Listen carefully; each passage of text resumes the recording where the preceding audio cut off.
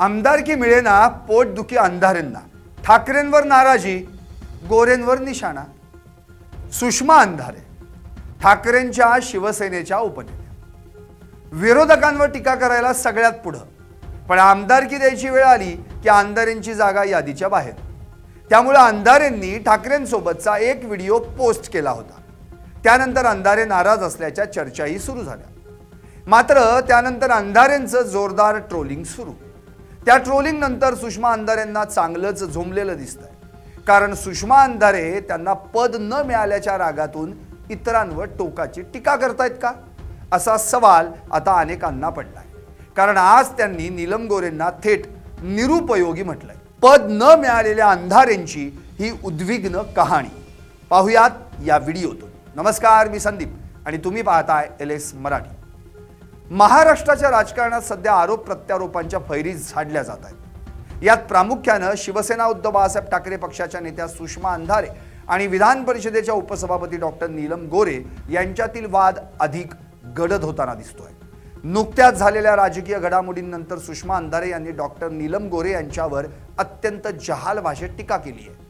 अंधारे यांनी गोरे यांना निरुपयोगी व्यक्ती असं संबोधून त्यांच्यावर गंभीर स्वरूपाचे ब्लॅकमेलिंगचे आरोप केले।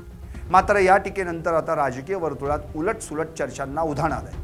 अंधारे यांच्या या विधानांमागे त्यांची वैयक्तिक पोटदुखी आणि राजकीय नाराजी असल्याची चर्चा अधिक जोर धरतीये। सुषमा अंधारेंनी केलेल्या आरोपांनुसार नीलम गोरे यांच्यासारख्या व्यक्तींनी पक्षासाठी किंवा समाजासाठी कोणतंही विधायक काम केलेलं नाही, तरीही त्यांना वारंवार राजकीय संधी का दिली जाते असा सवाल त्यांनी उपस्थित केलाय। अंधारे यांच्या मते नीलम गोरे या केवळ ब्लॅकमेलिंगच्या जोरावर आणि दबाव तंत्राचा वापर करून आपली पदं टिकवून आहेत। प्रशासकीय अधिकाऱ्यांपासून ते राजकीय नेत्यांपर्यंत सर्वांना आपल्या जाळ्यात ओढून स्वतःचं स्थान अबाधित राखण्याची कला त्यांना अवगत आहे, असा खळबळजनक दावा अंधारे यांनी केलाय। या विधानामुळे राजकीय क्षेत्रात मोठी खळबळ उडाली। एकाच विचारधारेतून आलेल्या दोन महिला नेत्यांमधील हा संघर्ष आता टोकाला पोहोचलाय। परंतु सुषमा अंधारे यांच्या या टीकेकडे केवळ आरोप म्हणून न पाहता त्यामागच्या राजकीय कारणांकडे लक्ष वेधलं जातंय। राजकीय विश्लेषकांच्या मते सुषमा अंधारे यांची ही टीका म्हणजे केवळ कर्तृत्वावर आधारित नसून ती त्यांना न मिळालेल्या संधीतून निर्माण झालेली निराशा आहे। नुकत्याच पार पडलेल्या विधान परिषद निवडणुकीत सुषमा अंधारे यांना संधी मिळेल अशी मोठी चर्चा होती। अंधारे यांनी गेल्या काही काळापासून संपूर्ण महाराष्ट्र पिंजून काढला, सत्ताधाऱ्यांवर कडाडून प्रहार केले आणि पक्षाची बाजू खंबीरपणे मांडली। मात्र एवढं करूनही जेव्हा प्रत्यक्षात उमेदवारी देण्याची वेळ आली तेव्हा पक्षानं त्यांच्या नावाचा विचार केलाच नाही। ज्यांना संधी मिळाली त्यांच्याबद्दलची ही असूयाच आता पोटदुखीच्या रूपानं बाहेर येत असल्याचं बोललं जात आहे।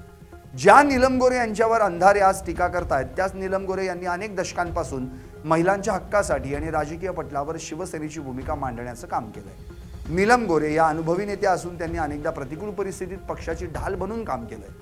मात्र सुषमा अंधारेंना विधान परिषदेची जागा न मिळाल्यानं त्यांनी थेट गोरे यांच्या चारित्र्यावर आणि कार्यपद्धतीवर प्रश्नचिन्ह उपस्थित केले। ही केवळ तत्वांची लढाई नसून ती सत्तेच्या वाटाघाटीतील अपयशाचे पडसाद आहे।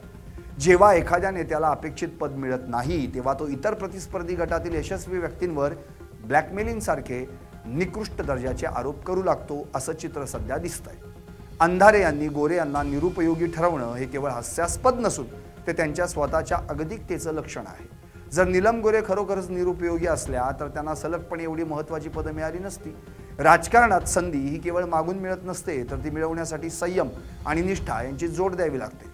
अंधारे यांनी अल्पावधीत मिळवलेली प्रसिद्धी आणि त्यानंतर त्यांना डावललं गेल्यानं निर्माण झालेली चीड आता विनाकारणच आरोपांच्या स्वरूपात व्यक्त होतीये। ज्यांना संधी मिळाली त्यांच्या कर्तृत्वाचा आदर करण्याऐवजी त्यांच्यावर चिखलफेक करणं ही राजकारणातील एक घातक प्रवृत्ती बनत चालली आहे।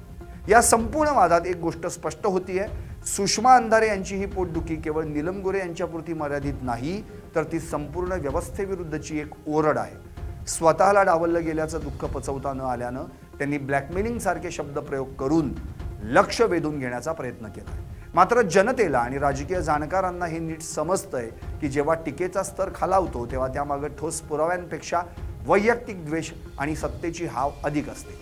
त्यामुळे सुषमा अंधारे यांनी केलेले हे आरोप त्यांच्या राजकीय भविष्यासाठी किती उपकारक ठरतील हे काळच सांगेल। पण सध्या तरी त्यांची ही टीका म्हणजे संधी न मिळाल्यानं झालेला थैथयाट एवढंच म्हणून पाहिलं जाईल। Bureau report LS Marathi.